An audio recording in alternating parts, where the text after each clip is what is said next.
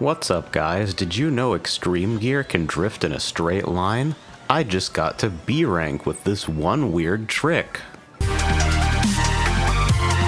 So I've been taking a break from Ringmaster's development to play some CrossWorlds, and I think I'm finally starting to wrap my head around how to get ahead in this game. I don't necessarily like the knowledge that I'm starting to attain, but I definitely have it.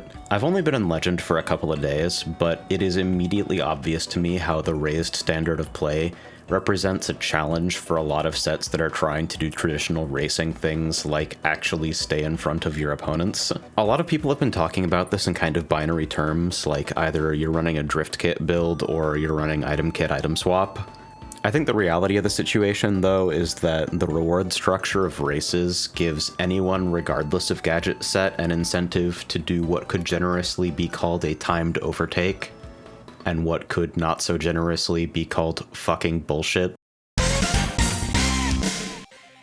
Set number 1 is Technical Drift, Level 2 Charge, Level 3 Charge, Ultimate Charge. This is a variation on a pretty popular set using Technical Drift in place of Drift Kit, both to gain myself an extra level 1 gadget slot, and also because Technical Drift is just really fun. Technical Drift's low traction also makes you a little bit more agile while drifting, as long as you have good throttle control, which means that you have a little bit better defensive movement for dealing with monster truck, drill, or various trap items. Unfortunately, your investment into Drift Boost doesn't actually make you fast. I believe level 3 and level 4 move at the same speed as level 2, just with a duration modifier, so when you choose to charge for a level 4 instead of a level 2, you're losing out on potential speed, and if you choose to hold that level 4 anticipating an attack, you're losing even more speed. Since all your eggs are in the Drift Boost basket, you also have no power investment, no quick recovery, and no means of quickly regaining rings, which means that while you're defensively strong, you're not exactly robust. But ultimately, I think this set is playably strong. It gives you a lot of protection versus the most common single target hate items, and it has the completely unique ability of actually being able to negate weights and boom boo, which is an incredible boon if you're leading by a turn.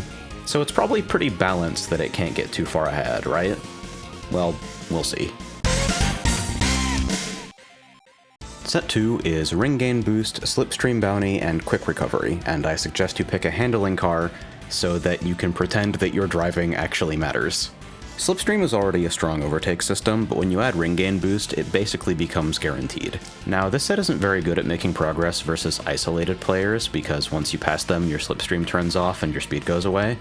So it's a good thing that CrossWorlds basically crams all 12 people onto the same turn constantly. Quick Recovery is a heavy 3-slot expenditure, but you really need to stay close to other players with this kind of set to get the most out of it. You would really prefer for one glove to not immediately end your race. In fact, even in a handling vehicle with a boost character, Quick Recovery makes you suspiciously durable. You lose very little speed when you get hit, and it doesn't take you long to get back up to full Slipstream speed again. Honestly, I don't even know why I'm explaining this to you. Just look at this fucking footage. How do you... what? How? And it's also fast?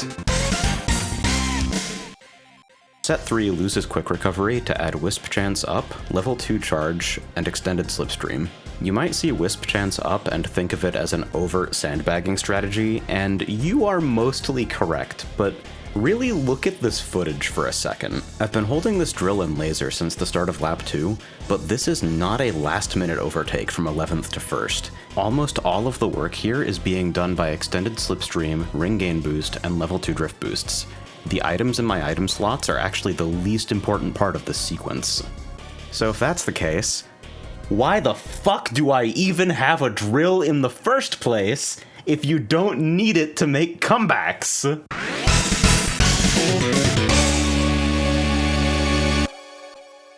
So, why does this video exist? Cool, the party racer's balanced like a party racer. Great job. Collect your Nobel Peace Prize. What I really want to draw your attention to is the fact that this isn't a case of, like, honest strategy versus dishonest strategy, or, like, one specific mechanic that's being abused. Last-minute drill and laser overtakes may be the most visible upset results, but they're not the whole story. In fact, off the top of my head, item sets that are really close to the finish line, double boxes at every set on the most important lap, Every single ending is a straightaway with no driving. Every single ending is preceded by a massive cuttable off-road turn. Far away players get items that advance their position, but close players get items that hurt others around them. First place does not have access to Slipstream. 2 different items unavoidably hit first place unless they are invincible. Next to all of that, I honestly don't think the precise mechanics of drill are all that important.